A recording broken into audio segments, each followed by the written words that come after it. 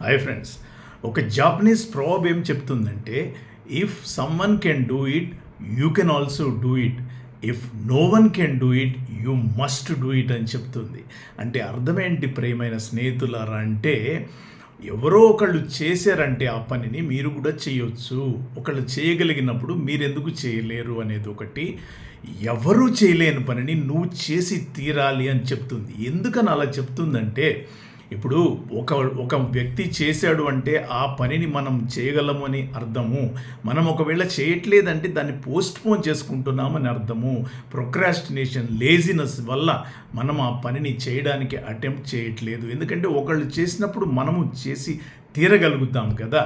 ఇంకోటి second line అనేది ఒక చరిత్రను సృష్టించేటువంటి line my dear friends. If no one can do it, you must do it అని చెప్తోంది. అంటే అర్థం ఏంటంటే ఎవరు చేయలేకపోతే నువ్వు స్టార్ట్ చేయాలి. ఎందుకంటే ఒక ఏరోప్లేన్ను తయారు చేయడం ఎవరు ఊహించలేదు, కానీ రైట్ బ్రదర్స్ చేయగలిగారు. ఏదైనా కొత్త ఇన్వెన్షన్ కానీ కొత్త పనిని కానీ ఒక చరిత్ర సృష్టించాలంటే ఎవరో ఒకరు మొదలుపెట్టి తీరాలి కదా. అది మీరే ఎందుకు కాకూడదు అని ఈ అర్థవంతమైన జాపనీస్ ప్రోబ్ మనకెంతో నీతిని ప్రబోధిస్తుంది. మనం పని చేయడానికి ఒక కారణాన్ని, ఒక హేతువుని చూపిస్తుంది మై డియర్ ఫ్రెండ్స్.